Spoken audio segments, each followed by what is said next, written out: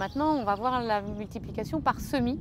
Donc pour l'essentiel, des plantes vivaces, des plantes aromatiques, des plantes à massif en fait, on utilise les graines qu'on va semer et faire grandir directement dans le contenant qui va servir à la vente. Alors donc on a commencé par étaler toutes les caisses avec le terreau dans lequel les plantes vont être cultivées.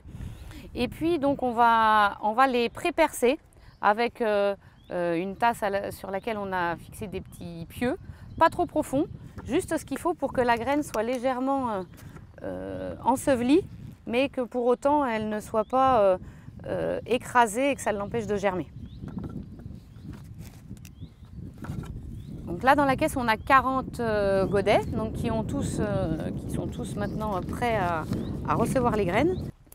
Donc là, on va semer maintenant les graines d'un légume ancien, l'oseille épinard, qu'on a récolté sur nos pieds-mères l'année passée en fait. Et donc on va mettre dans chaque pot 4 à 5 graines en fait, de manière à avoir dès la levée une petite touffe d'oseille épinard prête à récolter et à planter. On en met dans chaque trou,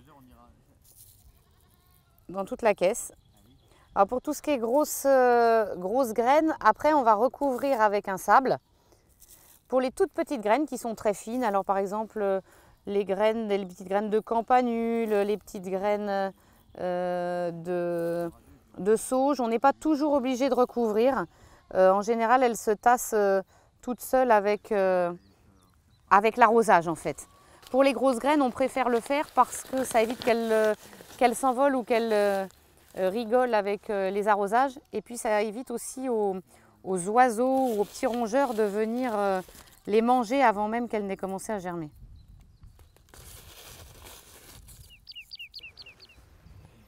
Donc une fois que la caisse est semée, on va la recouvrir avec du sable, un sable assez fin exprès, qui va permettre à la graine de ne plus bouger, mais qui ne l'empêchera pas de sortir quand elle sera prête à germer. Donc on saupoudre, comme ça tombe au creux du pot, par-dessus les graines. Et puis avec les arrosages, progressivement, ça va se mélanger au substrat, donc ça va drainer. Et puis à la fin, on ne verra plus du tout le sable.